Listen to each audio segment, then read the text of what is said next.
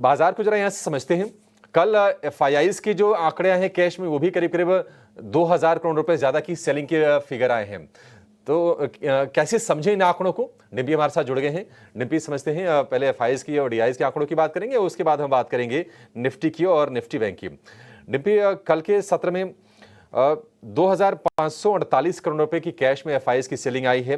हालांकि stock futures में और इंडेक्स ऑप्शंस में ठीक ठाक मतलब बाइंग है। स्टॉक फ्यूचर्स में 3300 करोड़ रुपए की और इंडेक्स ऑप्शंस में करीब 2650 करोड़ रुपए की। आप किस तरह से देख रहे हैं इन आंकड़ों को? देखिए, इंडेक्स ऑप्शंस का जो नंबर है 2600 करोड़ रुपए, वो बहुत छोटा है। वो आप एवरेज से भी लगा लीजिए कि 10 से 15% है, क्योंकि एवरेज ही आती है कम से कम 20,000, 25,000, 30,000 करोड़ रुपए की इंडेक्स ऑप्शंस में। तो कल इंडेक्स ऑप्शंस में इंस्पाइट ऑफ दिस की कल निफ्टी की एक्सपायरी थी ऑन अ वीकली बेसिस पे, उसके बावजूद भी नंबर सिर्फ 2600 करोड़ का ही आया, यानी कि 2000 करोड़ का ही आया। तो नंबर तो छोटा है इंडेक्स ऑप्शंस का, ये है पहला पॉइंट। दूसरा पॉइंट, कैश के अंदर आप देखेंगे तो 2500 करोड़ रुपए की सेलिंग है। तो मैं अगर इंडेक्स ऑप्शंस के नंबर को कैश के सामने रख दो तो एथिकली कुछ नहीं हुआ। अगर आप इसको कैसे भी कैलकुलेट करना चाहें तो options versus cash, cash versus options भी अगर रख दे तो तब भी उस हिसाब से कुछ रहे। तो नंबर्स मेरे लिहाज से काफ़ी छोटे थे। दूसरा पॉइंट, वीकली के एक्सपायरी के हिसाब से भी छोटे थे, उसमें तो और छोटे हो गए। लेकिन चलो मैं फिर भी एक नंबर आपको बता देता हूँ। इंडेक्स ऑप्शंस के अंदर जब आप थोड़ा और ढूंढेंगे ना तो आपको दिखेगा कल 600 करोड़ रुपए के आसपास की निफ्टी पे नेट की सेलिंग हुई है, ठीक है, इंडेक्स पे। और ऑप्शंस में कल करीब 9000 करोड़ रुपए की बाइंग हुई है इंडेक्स की ऑप्शंस में, निफ्टी की बता रहा हूँ। कुल मिला के बात सारी यही है कि बाजार के पास पक्का सपोर्ट है। जब जब इंडेक्स ऑप्शंस की बाइंग, कैश की सेलिंग आएगी और ऑप्शंस का नंबर बड़ा आएगा, तब तब बाजार अपने सपोर्ट्स को पक्के करेगा। ये एक प्रिंसिपल जैसा है, बैक टेस्टेड फार्मूलाज हैं। आप चाहे तो उनको एक बार टेस्ट करके भी देख सकते हैं अपने आप से भी। आई रिपीट माई सेल्फ, जिस दिन भी कैश माइनस होगा, इंडेक्स ऑप्शंस माइनस होगा, समझ लेना रेजिस्टेंसेस पक्के हो रहे हैं।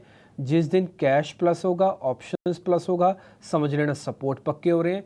जिस दिन कैश माइनस होगा, इंडेक्स ऑप्शंस प्लस होगा, बट इंडेक्स ऑप्शंस ज़्यादा नंबर में प्लस होगा, समझ लेना तब भी सपोर्ट पक्के हैं। ठीक, तो ये मार्केट का एक प्रिंसिपल जैसे समझ लो आप। तो ये चीज़ हमको दिख रही है। दूसरा पॉइंट, होल्डिंग्स की। एफआईज की होल्डिंग में किसी तरह का कोई बदलाव नहीं है, 68% पे वो लॉन्ग है। रिटेल की होल्डिंग में किसी तरह का बदलाव नहीं है, 39% पे लॉन्ग है। डीआईज की होल्डिंग में किसी तरह का कोई बदलाव नहीं है, 40% पे लॉन्ग है। तो एक बुकिश स्टांस जिसे हम कहते हैं ना, वो मार्केट के अंदर बना हुआ है। ध्यान रखा जाए, इवेंट से पहले और इवेंट के बाद एफआईज ने ना तो माल खरीदा ना ही माल बेचा। तो जो बात हम आपसे कह रहे थे कि एक इवेंट लेस की तरफ हम बढ़ रहे हैं, ये इंडेक्स के ऑप्शन, माफ़ कीजिए, एफआईज की होल्डिंग में भी आपको दिख रहा होगा, क्योंकि किसी ने तो खरीदा ही नहीं, किसी ने बेचा भी नहीं, तो मार्केट वहीं का वहीं रह गया। जब किसी ने खरीदा ही नहीं बढ़ा, जब किसी ने बेचा ही नहीं बढ़ा, तो मार्केट के अंदर बड़ा मूव नहीं आएगा। तो रेंज में रह सकता है, रेंज के कंसोलिडेशन पॉजिटिव साइड पे हो सकता है, क्योंकि इसके पीछे लिक्विडिटी और काफ़ी हद तक सेक्टर की चर्निंग वाजिब है। और अभी तो फेड का दर आया, अभी तो आरबीआई आपका फैसला लेगा, जब लेगा तब लेगा। तो कुल मिला के नंबर्स के बेसिस पर मैं ये कह सकता हूँ कि मार्केट के पास सपोर्ट्स अच्छे हैं, पक्के सपोर्ट हैं, आगे का रास्ता दिख रहा है, बट वो इतना फास्ट नहीं है जितना फास्ट अभी आप पिछले इस पूरे हफ्ते में देख के आए हो। और वैसे भी आज एक शुक्रवार का दिन है, मार्केट ने जो कमाया है आज वो सिर्फ उतना बचा भी लेना तो भी मार्केट का विन है। आज प्रॉफिट बुकिंग नहीं होनी चाहिए। अगर प्रॉफिट बुकिंग होती है तो फिर मंडे से ना फिर से चैलेंजेस होंगे बहुत सारे, और अगर आज प्रॉफिट बुकिंग नहीं होती है तो मंडे का आप कंफर्ट से अपना बीटीएसटी या फिर ट्रांसफ़र लेके जाओगे, उसमें कोई दिक्कत नहीं आएगी। और ध्यान रखा जाए, नेक्स्ट वीक से फिर डेरिवेटिव एक्सपायरी का भी चलन शुरू होगा। 25 और 26 की डेरिवेटिव एक्सपायरी है, तो इसलिए ये आज का फ्राइडे की इंपॉर्टेंस सिर्फ इतनी ही है डेरिवेटिव्स के नंबर के हिसाब से कि आज प्रॉफिट बुकिंग नहीं होनी चाहिए, जिसकी प्रोबेबिलिटी काफ़ी काफ़ी काफ़ी कम है। ठीक है, चलिए निफ्टी पर आते हैं। कल हमने 25,600 के ऊपर का आंकड़ा देखा, रिकॉर्ड बनते हुए देखा, लेकिन ऊपरी स्तरों पर बाजार सस्टेन नहीं किया और बहुत ही थिन गेंस के साथ बाजार बंद हुए हैं। 38 अंक ऊपर 25,400 के आसपास। डिम्पी, आज क्या उम्मीद करें? क्योंकि आज देखिए, हालांकि जिस तरह से ग्लोबल संकेत हैं उस हिसाब से गिफ्ट निफ्टी कोई गैप दिखा नहीं रहा है, तो स्ट्रेटजी क्या होनी चाहिए आज? गैप दिखा भी देता तब भी मैं थोड़ा उससे अलग स्टांस रखता, क्योंकि गिफ्ट निफ्टी ने कल भी गैप दिखाया और आपने कल 50 बिप्स का जो कटौती हुई है फेड की तरफ से 0.5% की, उसको भी डिस्काउंट करना था। तो कल जो टारगेट अचीव होने थे वो अचीव हुए हैं, और मैं इसका क्रेडिट काफ़ी हद तक इंडियन मार्केट को दूंगा, मैं यूएस मार्केट्स को ज़्यादा नहीं दूंगा। मैं वजह इसकी बता देता हूँ क्योंकि इंडियन मार्केट ने उस इवेंट के क्लोज होने से पहले ही अपने आप को उस जगह पर आके प्लेस कर दिया था कि जहाँ पे सिर्फ एक फॉर्मेलिटी वाला पोजीशनिंग रह गई थी और कुछ भी नहीं। तो कल मार्केट ने एक्चुअली में वो फॉर्मेलिटी पूरी की है, लेकिन उससे पहले ही स्ट्रांग हो चुका था। 25,200-300 को पहले ही पा चुका था, 25,400 के ऊपर क्लोज भी कर चुका था। कल तो सिर्फ उसने फॉर्मेलिटी पूरी की है। अच्छा ठीक है, 0.5% कटा है, सभी देशों में अच्छा हो रहा है, हम भी अच्छा कर लेते हैं, कुछ कुछ आप ऐसा ही समझो, आप बस वैसी फीलिंग ले लो आप। ठीक, तो मार्केट ने टारगेट कंप्लीट हो चुका है पूरा, निफ्टी पे भी और ऑलमोस्ट में बैंक निफ्टी पे भी।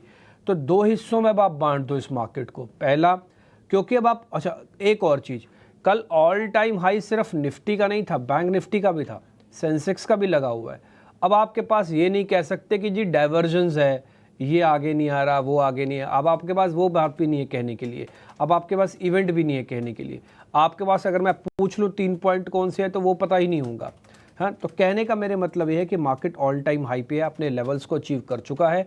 दो हिस्सों में बाजार को बांट लो। पहला हिस्सा वो जिन्होंने खूब भरपूर अच्छा प्रॉफिट कमाया है और उनकी आदत है कि हम सीरीज़ के आसपास आके सौदे काटते हैं, उनको मेरी तरफ से बहुत बधाई। सितंबर की सीरीज़ काफ़ी उथल पुथल भरी रही। First half of the September काफ़ी गिरावट देखी, second half of the September हमने बहुत स्मार्ट रिकवरी देखी। जिन्होंने इस गिरावट में ख़रीदा और इस रिकवरी में बेच रहे हैं, उनको मेरी तरफ से बहुत बधाई। सीरीज़ का एंड होते होते मेरे को लगता है कि मार्केट कहीं भी 25,500 के इर्द गिर्द ही रहेगा। 100-200 पॉइंट ऊपर नीचे आप जोड़ लो, इससे ज़्यादा कुछ नहीं होगा। तो अब आपके पास मौका है, जिनके पास भी पुरानी पोजीशंस हैं वो प्रॉफिट बुक करना चाहें आज से, अगले हफ्ते से करना चाहें अगले हफ्ते से, जैसे उनको ठीक लगे। एक स्टॉप लॉस मैं उनको दे देता हूँ, वो है 25,300 का, वो आप अपना पक्के से लगा के बैठना। ठीक है, ट्रेलिंग स्टॉप लॉस है। आपने कहीं भी 25,000 के नीचे या 25,000 पे भी खरीदा है, आप प्रॉफिट बना के ही निकल रहे हो इस मार्केट से। अब जो नए वाले हैं उनके लिए, नए वालों के लिए कुछ खास बचा नहीं है अभी मार्केट के अंदर, मैं बहुत क्लियरली बता रहा हूँ। थोड़ा डिप मिल जाए तो अच्छी बात है, डिप नहीं मिलता तो रेशो हमेशा 1:1 की रहेगी। तो उस केस के अंदर मैं आपकी रेशो फिक्स करवा देता हूँ 25,300 और 25,550-600, ये आपके टारगेट और स्टॉप लॉस का एरिया है। जितना हो सके उतना पास खरीद लेना और हो सके बेच देना, शॉर्ट करना नहीं, बस इस चीज़ का ध्यान रखना। ये अपने मन में कभी मत लाना कि मार्केट तो ऑल टाइम हाई पे हम शॉर्ट कर देंगे तो पैसा बन जाएगा। शॉर्ट करने के भी सिग्नल्स होते हैं, जैसे बाय के होते हैं, तो शॉर्ट करना नहीं है। फिलहाल ऑप्शंस के अंदर थोड़ा आज मेरे को नहीं लगता कि आज ऑप्शन से बहुत ज़्यादा पैसा बनेगा, इसलिए थोड़ा सावधान रहना। कल सीरीज़ ऑलमोस्ट निपट चुकी है ऑप्शंस के बेसिस पर और अब सीधा बड़ी सीरीज़ की तरफ जा रहे हैं, तो इसलिए ऑप्शंस ट्रेडर्स वाले थोड़ा सावधान रहना, इंट्राडे ही काम करना तो ठीक है। 12 शेयर एफ&ओ बैन में है। वैसे मैं एक और जानकारी भी दे दूं, 12 शेयर हम सीरीज़ के अगले हफ्ते एक्सपायरी में जा रहे हैं। 12 शेयर एफ&ओ बैन में होना एंजाइटी को शो कर रहा है मार्केट की।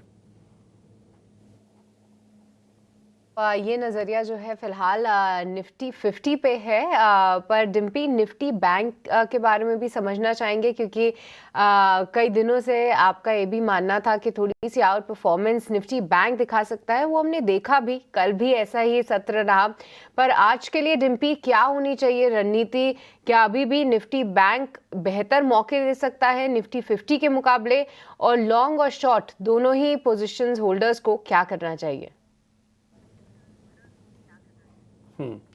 ये बात बिल्कुल ठीक है कि निफ्टी ने आउट परफॉर्मेंस दिया, न केवल कल दिया बल्कि परसों इसका सबसे बेस्ट एग्जांपल था, जब निफ्टी लाल निशान में बंद हुआ था और बैंक निफ्टी 500 पॉइंट ऊपर जाके बंद हुआ था।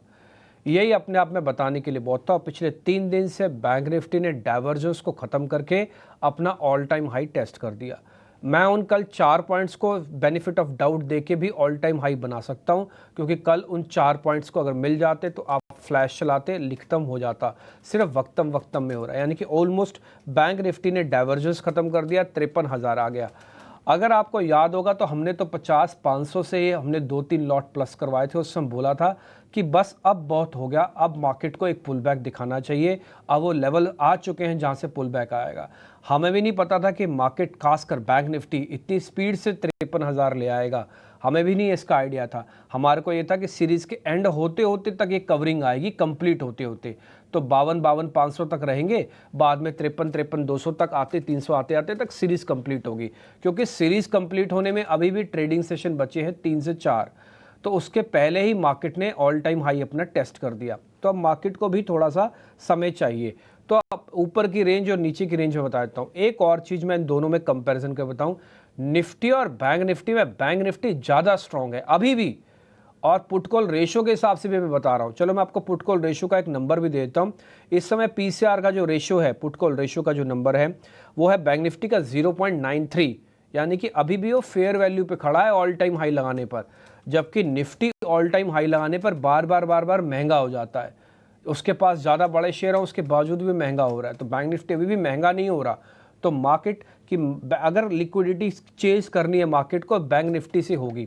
एक और पॉइंट, बैंक निफ्टी में बड़े शेयरों का कल और परसों में काफ़ी अच्छा पार्टिसिपेशन था।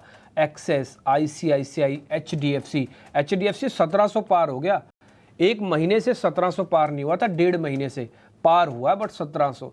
आईसीआईसीआई ने अभी परफॉर्मेंस नहीं दिखाई, अभी वो परफॉर्मेंस दिखाएगा। एक्सेस ऑलमोस्ट अच्छा हफ्ते का रिटर्न देके जा रहा है। तो ये शेयर ना बड़े शेयर हैं, ये चल रहे हैं। तो जब तक ये चल रहे हैं ना, तो आप बैंक निफ्टी पे थोड़ा उम्मीद ज़्यादा रखो, निफ्टी के मुकाबले ज़्यादा बेहतर तरीके से चलेगा। मेरा अपना निजी तौर पर मानना है कि एक बार ऑल टाइम हाई को ना केवल 4 अंकों वाला फिर से पूरा करेगा, बल्कि थोड़ा और ऊपर भी ड्रैग करेगा। इसलिए किसी को भी सीरीज को कंटिन्यू करना है और लास्ट तक रखना है तो बैंक निफ्टी रखना। मैं लेवल्स भी क्लियर कर देता हूँ।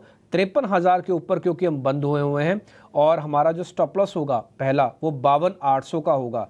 ये आप चाहें तो सीरीज का भी रख सकते हैं अगर आपने सीरीज टू सीरीज ली हुआ होते, और आपका टारगेट होगा 53,500। मेरा ऐसा मानना है 53,500 तक इस सीरीज के एंड में लेवल्स दिखा सकता है।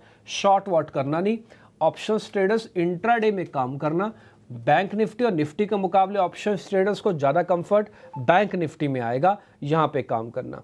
ठीक, तो ये मोटा मोटी एक व्यू पॉइंट है। जिनके पास नई पोजीशंस लेना चाहते हैं, स्पेशली बैंक निफ्टी में, डिप मिल जाए तो ठीक है, नहीं मिले तो यहाँ पे भी ले सकते हो, लेकिन 52,800 का स्टॉप लॉस लगाना। लेकिन क्वांटिटी 10 लॉट में से सिर्फ 1 से 2 ही लॉट की रखना, क्योंकि आपने वो सारी चीज़ें मिस की हुई हैं जो ऑलरेडी जिनके पास पोजीशंस हैं उनको गेन मिला हुआ है। तो आप नए आदमियों सिस्टम में, इसलिए बात आपको मैं बता रहा हूँ। प्रॉफिट बुकिंग की जहाँ तक बात है तो सीरीज के एंड में करना बैंक निफ्टी वाले, थोड़ा बहुत लगता है कि और आपको पैसे भी मिल जाएंगे। तो ये मोटा मोटी व्यू पॉइंट है बैंक निफ्टी और निफ्टी का। शॉर्ट वॉट दोनों के अंदर करना नहीं है।